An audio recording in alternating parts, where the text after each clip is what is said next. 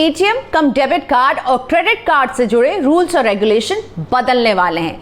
30 सितंबर 2020 से बैंक्स नए रूल्स लागू कर रही है क्योंकि आरबीआई ने उन्हें ये कहा है, और आरबीआई ने इसलिए कहा है ताकि आपका कार्ड, आपका बैंक अकाउंट, उसमें रखे पैसे ज्यादा सेफ हो सकें। इसलिए सेफ्टी के तौर पर अब कुछ नए कदम उठाए जा रहे हैं। तो आज काम की बात में जानिए कि क्या कुछ बदलाव किया जा रहा है और आप इसका इस्तेमाल अब कैसे कर सकते हैं।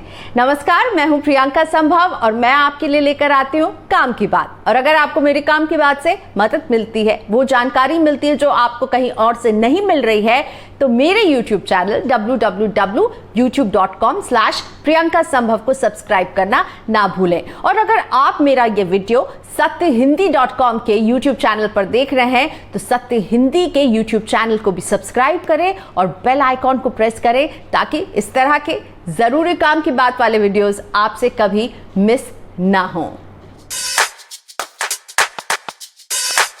तो आपका एटीएम कम डेबिट कार्ड और क्रेडिट कार्ड अब बदल गया है। नहीं, आपको कार्ड बदलने की जरूरत नहीं है, उससे जुड़े नियम आरबीआई ने बदल दिए हैं। वैसे ये बदलाव आरबीआई ने मार्च से ही लागू करने के लिए कहा था, लेकिन हम सब जानते हैं कोरोना वायरस से जूझते हुए मार्च से लगातार लॉकडाउन होते रहे और ऐसे में इन बदलाव को इंप्लीमेंट नहीं किया गया।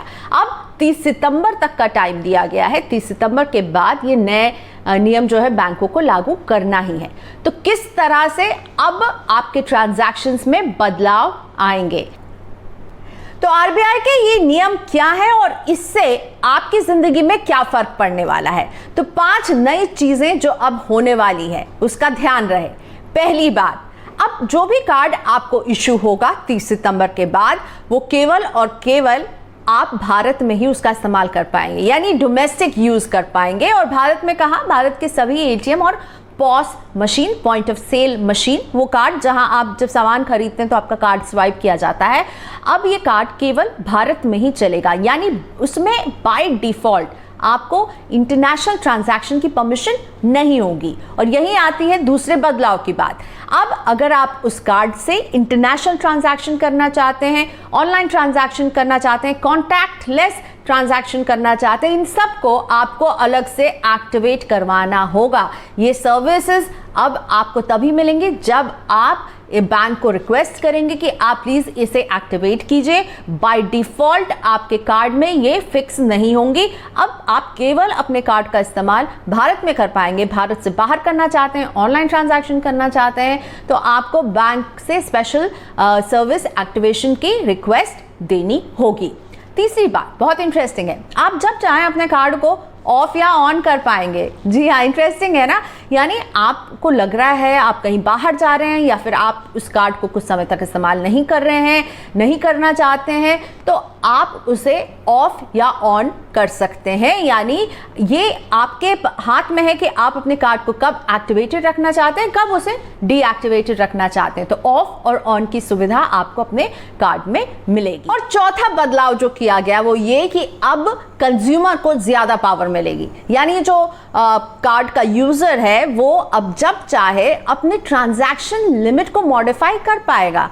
यानी कि अगर मान लीजिए आपके कार्ड में 30,000 की लिमिट है कि आप 30,000 रोजाना निकाल सकते हैं, लेकिन आपको लगता है आप इतना इस्तेमाल नहीं कर रहे हैं और इसकी लिमिट इतनी ज्यादा मुझे नहीं रखनी है, तो आप इसे कम कर सकते हैं। यानी आप जब चाहें इसकी ट्रांजैक्शन लिमिट को मॉडिफाई कर पाएंगे। और इसके लिए आरबीआई ने बैंक्स को कहा है कि ऐप में ये सुविधाएं दें जिसमें कि उनका जो कस्टमर है वो उसमें ही जाकर के अपने ट्रांजैक्शन लिमिट को कभी जब बढ़ाना चाहे बढ़ा सके, कम करना चाहे तो कम कर सके। ये कंज्यूमर के हाथ में होगा। ऐसा नहीं कि बैंक ने एक ट्रांजैक्शन लिमिट दे दी, अब उसी से आपको स्टिक करना है। आप इसे जब चाहें तो मॉडिफाई कर सकते हैं। एक आरबीआई ने कहा बैंकों की बैंक की एप्स के जरिए इस सुविधा को दें, और दूसरा कहा है कि आप एटीएम में भी इस सुविधा को दें। जैसे अभी हम एटीएम में चेकबुक की रिक्वेस्ट दे सकते हैं, पिन बदल सकते हैं, वैसे ही ट्रांजैक्शन लिमिट को बदलने की सुविधा भी अब बहुत जल्द आपको एटीएम सेंटर्स में भी मिलने लगेगी।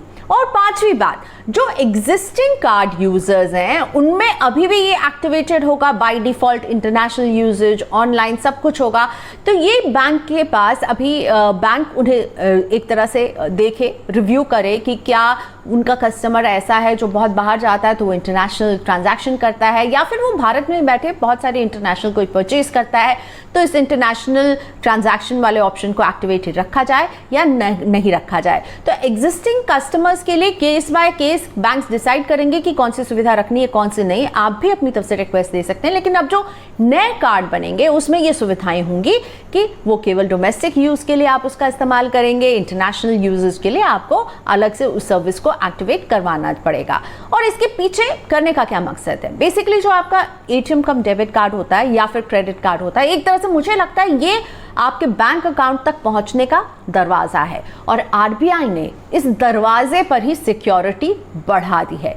यानी इस पर अब ज्यादा जो है स्ट्रिक्ट ताला लगाने की कोशिश की जा रही है। अगर इंटरनेशनल ट्रांजैक्शन नहीं करते तो वो इंटरनेशनल ट्रांजैक्शन के लिए क्यों खुला रहा है? क्योंकि हम सुनते हैं कई सारे ऑनलाइन फ्रॉड होते हैं जिसमें कि आप भले ही दिल्ली के मार्केट में घूम रहे हो और आपका कार्ड जो है कहीं साउथ कोरिया में, कहीं चाइना में, कहीं स्वाइप हो रहा होगा। तो इस सब से बचने के लिए अब आरबीआई ने आपके कार्ड के जरिए जो लोग आपके बैंक अकाउंट में पहुंचते थे वहीं पर सिक्योरिटी को और मजबूत करने की कोशिश की है। तो तैयार हो जाइए, 30 सितंबर से नए नियम लागू होंगे और अब आपका डेबिट कार्ड और क्रेडिट कार्ड इसे ज्यादा सेफ, ज्यादा महफूज बनाने की कोशिश आरबीआई की तरफ से होती हुई। उम्मीद करती हूँ मेरे इस काम की बात से आपको कुछ नया जानने को मिला होगा और आपको इस जानकारी से मदद मिल रही होगी। तो आप मेरे YouTube चैनल को, प्रियंका संभव जिसका नाम है, उसे जरूर सब्सक्राइब करें। साथ ही में अगर आप मेरा ये वीडियो सत्य हिंदी पर देख रहे हैं तो सत्य हिंदी के YouTube चैनल को भी सब्सक्राइब करना और उसके बेल आइकॉन को दबाना नहीं भूलिएगा। सत्य हिंदी के और वीडियोस को देखने के लिए हमारे YouTube चैनल को सब्सक्राइब करें और सीधे नोटिफिकेशन पाने के लिए बेल आइकन दबाएं।